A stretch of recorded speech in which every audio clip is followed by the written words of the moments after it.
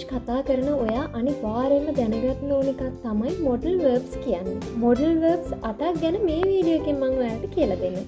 පළවෙනි එක තමයි can. can කියන්නේ හැකියාවක්. එහෙම නැත්නම් අපි මොකක් හරි අවසරයක් දෙනවා. I can sing. මට පුළුවන් සින්දු කියන්න. Can I use your bathroom? මට පුළුවන් ඔයාලගේ නාන කාමරය පාවිච්චි කරන්න. දෙවැනි එක මේ කියන්නේ can වලට වඩා ටිකක් ගෞරවාන්විතයට. අපි ඉස්කෝල එකදී ඔෆිස් එකදී යූස් කරන්නේ. May I come in? මම ඇතුළට එන්නද? ඒ වගේ. must කියන්නේ අපි දැඩි නීතියක් වගේ දෙයක්. ඔයා ඒක අනිවාර්යයෙන්ම කළ යුතුයි. ඔයාට බෑ කියන්න බෑ. You must obey the rules. ඔයා නීතියට අවනත විය යුතුයි.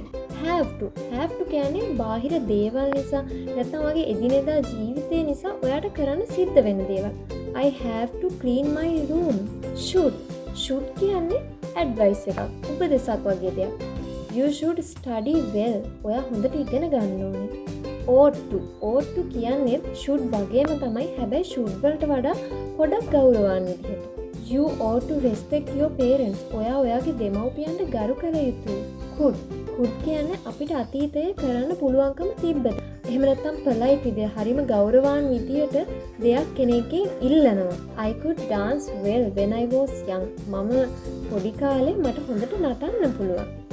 might කියලා කියන්නේ අපි weak possibility එක කියන්නේ සම්භාවිතාව දෙයක් වෙන්න තියෙන ඉඩකඩ හරිම අඩුයි. It might rain lately. පස්සේ වහෙන්න ඉඩ තියෙනවා. ඒක වෙන්නත් පුළුවන් නොවෙන්නත් පුළුවන්.